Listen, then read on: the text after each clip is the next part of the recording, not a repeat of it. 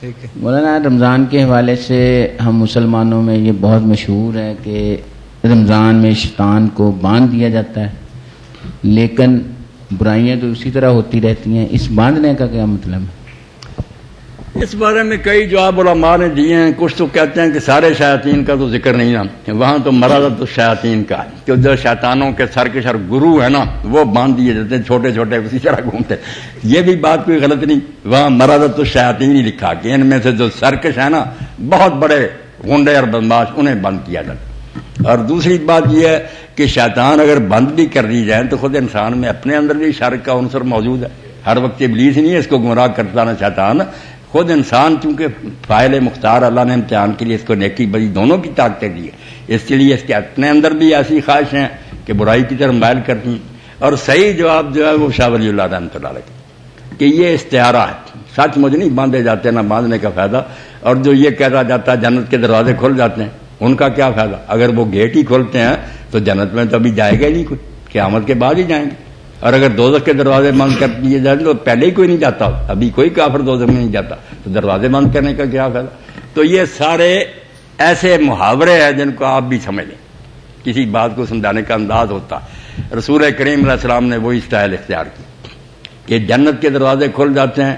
جنت کے ایک دروازے تو پھاٹک ہیں، ایک نیکیاں بھی جنت کے دروازے ہیں. جیسے یہ حدیث آپ نے سنی ہوگی کہ جو ہے نا تلواروں کا سایہ جنت کے دروازے اس کے نیچے ہیں. جہاد کے موقع پر کہا فَإِنَّ أَبْوَابَ الْجَنَّةِ تَحْتَ ظِلَالِ السُّيُوفِ، یہ تلواریں جو ہے نا ان کو تلواریں نہ سمجھنا، ان کے نیچے جنت کے دروازے کھولے، یعنی یہ جان دو جنت میں پہنچ جاؤ. طریقہ وہ گیٹ کو بھول جائیں.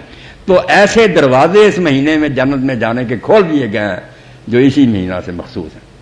یہ روزے ہے، یہ جنت کو جانے کا ایک دروازہ ہی صرف وہاں مخصوص رکھا گیا جس میں روزے کے شوقین جائیں گے. فرض روزے سب رکھتے ہیں نا، مگر جو نفل روزے بھی بہت رکھتا رہا ریان، وہ ان کے لیے کھولا جائے گا. آواز ہوگی کیا ہو. اور رسول کریم علیہ السلام سے جب ایک شخص نے پوچھا اللہ کے رسول کوئی ایسا عمل بتائیں جس کے برابر کوئی نہ ہو، فرمایا روزہ رکھا کر فإنه لا أدر له. نمازیں وغیرہ سب پڑھ سکتے ہیں، روزے کے برابر کوئی نیکی نہیں ہے. اس لیے علیحدہ بھی رکھے رمضان سے. تو روزہ شروع ہو گیا، ایک جنت کا دروازہ یہ کھل گیا. رات کا قیام جب یہ بھی فرمایا کہ جو رات کا قیام کرے اس کے بھی گناہ بخشے گئے. لیلۃ القدر کو بھی جنت کا دروازہ فرمایا کہ جو لیلۃ القدر میں کھڑا ہوگا اس کے بھی بخش دیے گئے. یہ اعتکاف جو ہے یہ بھی جنت کو جانے کے راستے کھول دیے گئے. جیسے ابو الدرداء رضی اللہ عنہ سے پوچھا نا کہ والد کے بارے میں بتاؤ کہ میں والد کے ساتھ کیا سلوک کروں، وہاں بھی لفظ یہ آتا کہ تیرا باپ جو ہے اوسط الابواب من ابواب الجنت، جنت کے دروازوں میں سے اعلیٰ ترین دروازہ. گیٹ کی طرف ہی نہ بھاگیں. یہ نیکیاں جو ہے نا اس مہینے میں کہ داخل ہو جاؤ اس میں، یہ جنت کے دروازے کھلے ہوئے. اور دوزخ کے دروازے بند ہو گئے ہیں.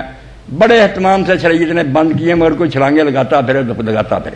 دو دروازے ہیں دوزخ کو جانے کے، اثر بطن اور فرد. شرمگاہ ہے جس سے بدکاریاں ہوتی ہیں، اس کے ساتھ بے شمار ہیں بیوٹی پارلر، بے پردگی، جو جتنا موسیقیاں وغیرہ سارا لوازمہ ہے شرمگاہ کا کہ بدکاری کرنا چاہتے ہیں لوگ. دوسرا راستہ یہ منہ کا، اس سے باتیں غلط کرتے ہیں یا حرام کھاتے ہیں. دونوں پر ہے نا سیل لگا دی گئی اس مہینہ میں کہ نہ تم کھا سکتے، حلال نہیں کھا سکتے، حرام کا کیا سوال. اور حلال بیوی کے ساتھ تعلق نہیں قائم سکتے، حرام کی طرف جاتے. دوزخ کے دونوں پھاٹک جو ہے نا، جو اللہ کے رسول نے حضرت سال بن سعد کہتے فرمایا دو چیزوں کی مجھے ضمانت دے دو میں تمہیں جنت کی ضمانت دیتا ہوں. ان دو جبڑوں کے درمیان کا راستہ اس کو بچا کر رکھو، دو ٹانگوں کے درمیان جو شرم کا. تو دوزخ کے اصل میں دو ہی دروازے ہیں، باقی سب ان کی شاخیں، دونوں بند ہیں اس میں. مگر کلمہ گو نہیں یہ بند ہے، جو عمل کرے، جو نہیں کرتا اس کے لیے تو کھلے ہی کھلے ہیں دوزخ کے دروازے. اور شیاطین بند کر دیے گئے. شیطان بیچارہ کیا کرے گا؟ یہی راستے تھے نا اس کے لیے کہ وہ شرمگاہ کی طرف دعوت دے، برائی کی یا حرام کھانے کی یا بکواس کرنے کی. جب وہ آتا مومن کہتا یار میں حلال چھوڑے بیٹھا ہوں، تم کس حرام کی بات کر. اس لیے وہ بیچارہ جکڑا تو جائے گا، بے بس ہو جائے گا. اور اگر آپ خود ہی سراغ کر دیتے ہیں جیسے آپ نے حدیث پاک میں فرمایا بھی کہ الصیام جنہ ما لم یخرق، روزہ ڈھال ہے بشرطے کہ تم اس میں سوراخ نہ کر دو. لوگوں نے کہا یا رسول اللہ کیا سوراخ؟ فرمایا یہ شیطان سے بچا لیتا، جب آتا تم کہتے میں تو روزے سے. مگر اگر سوراخ کر دیے فرمایا کذب اور غیبہ، اگر تم جھوٹ بولتے رہے، غیبتیں کرتے رہے تو ڈھال تو بیکار ہوگی بیچارہ، اس میں سوراخ ہوگا.